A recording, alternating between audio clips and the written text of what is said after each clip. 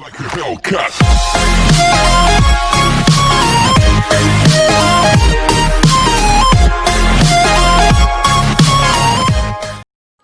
Hi student, आज हम लोग अपने नए टॉपिक के साथ आए हैं। हमारा आज का जो टॉपिक रहेगा वो हम लोग डिस्कस करेंगे सेंटर ऑफ मास। बड़ा अच्छा कंसेप्ट है सेंटर ऑफ मास, आपको ध्यान से सुनना है। ठीक है, सेंटर ऑफ मास का मतलब क्या होता है, उसका डेरिवेशन भी पढ़ेंगे। एक होता है centre of mass, centre of मास, और एक होता है centre of gravity, centre of gravity. ध्यान से सुनना क्या होता है। ठीक है, सेंटर ऑफ मास का मतलब ये होता है it is the point where whole mass of the body is supposed to be concentrated. It is the point where whole mass of the body is supposed to be concentrated. हम कहते हैं किसी body के अंदर एक ऐसा point होता है कि पूरी बॉडी का मास उस पॉइंट पे होता है। ये एक इमेजिनरी पॉइंट होता है, उसको हम लोग बोलते हैं सेंटर ऑफ मास। फिर सेंटर ऑफ ग्रेविटी क्या होता है, तो याद रखना है it is the imaginary point where whole gravity is suppose to be concentrated. एक ऐसा पॉइंट जहाँ पे सारी ग्रेविटी कंसंट्रेट होती है उसको बोलते हैं सेंटर ऑफ ग्रेविटी, और जहाँ पे सारा मास कंसंट्रेट होता है उसको बोलते हैं सेंटर ऑफ मास। अब देखिए इसके अंदर हमारे पास काफी फैक्टर्स होते हैं, जैसे कहता है centre of mass using two bodies, number of bodies pattern same रहेगा। तो centre of mass using two bodies में बात कर रहा हूँ, ध्यान से आपने सुनना है। एक बॉडी ए मान लो या बॉडी बी मान लो, दो बॉडी मान लिया, 1 और 2 मान लो, दो बॉडीज है। ठीक है ना।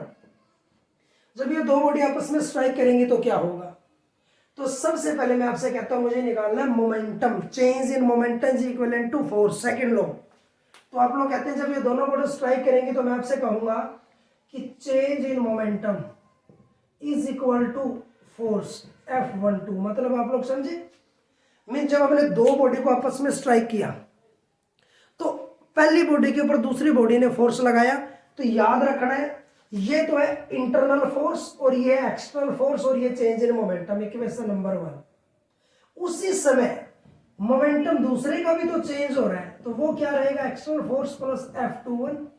मैंने दो बॉडीज को ऐसे जोर से, इन दो बॉडीज को मैंने ऐसे टक्कर मारी है, किसको और किसको ऐसे टकराया ऐसे, तो मैं जो दोनों पे फोर्स लगा रहा हूँ वो F1 और F2 है, और जब ये आपस में दोनों टकराए तो एक दूसरे पे फोर्स लगाया वो F12 और F21 है। तो ये भी इंटरनल फोर्स है और ये एक्सटर्नल फोर्स है, इक्वेशन नंबर 2।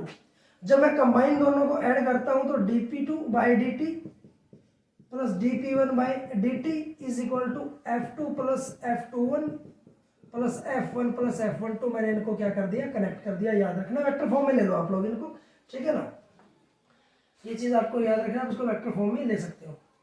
अब उसके बाद देखिएगा हमारे पास ये दोनों कैंसिल हो गए according to Newton's third law. Action and reaction are equal and opposite, इनको मैंने कैंसिल कर दिया। यहां से मैंने कॉमन ले लिया d बाई डी टी, तो क्या बचेगा P2 प्लस P1, तो ये तो कैंसिल हो गए, तो मेरे पास बचा F2 प्लस F1। वेक्टर्स में दिखा सकते हो आप लोग इनको, ये हो जाएगा। अब यहां से ये एक्सटर्नल फोर्स हो गया, तो मैं इसको नेट F एक्सटर्नल मैं इसको लिख दूंगा। वेक्टर्स डाल दो आप सबके ऊपर, कोई दिक्कत नहीं है, ये लगा दिया मैंने। अब क्या कहता है देखो, यहां से d by D T outside था। अब इसको मैं क्या लिख सकता हूं, M2V2 momentum, M1V1 momentum is equal to F external. अब यहां से मैं क्या करूं, इसी को मैं लिख दूं d by D T, M2 इसकी जगह dr2 by D T velocity, M1 dr1 by D T velocity, F external मैंने वैल्यू पुट कर दी। फिर यहां से कॉमन निकाल लो d by D T square, M2r2 plus M1r1 F external हो जाएगा। अब मैं क्या करूं, इसी को M2 प्लस M1 से मैं डिवाइड कर दूं, M2 प्लस M1 से मैं मल्टीपल कर दूं, तो इस टर्म को हम लोग बोलते हैं सेंटर ऑफ मास, RCM। तो सेंटर ऑफ मास हमारे पास क्या रहेगा, M1r1 plus M2r2 by M1 plus M2 is called centre of मास। आपको याद रखना है, ध्यान रहेगा ना, इसको सेंटर ऑफ मास हम लोग बोलते हैं।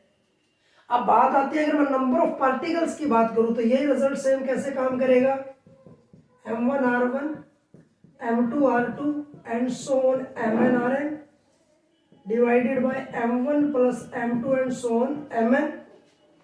इसको मैं लिख सकता हूं R centre of mass summation i की value 1 to n mi ri, summation i की वैल्यू 1 to n mi। देखिएगा ये रिजल्ट हमारे पास centre of mass for number of particle का बनेगा सिमिलरली, और उसी तरीके से हमारे पास 2 पार्टिकल का बनेगा, याद रखना है।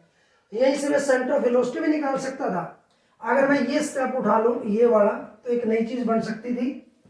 मैंने यहाँ लिखा d/dt m2v2 plus m1v1 is equal to F external.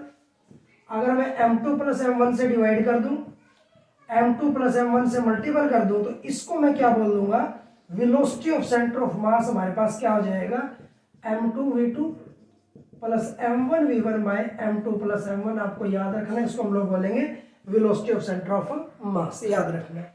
आज हम लोग इतना पढ़ेंगे, अगले लेक्चर के अंदर हम किसी अच्छे टॉपिक के साथ फिर मिलेंगे। Thank you.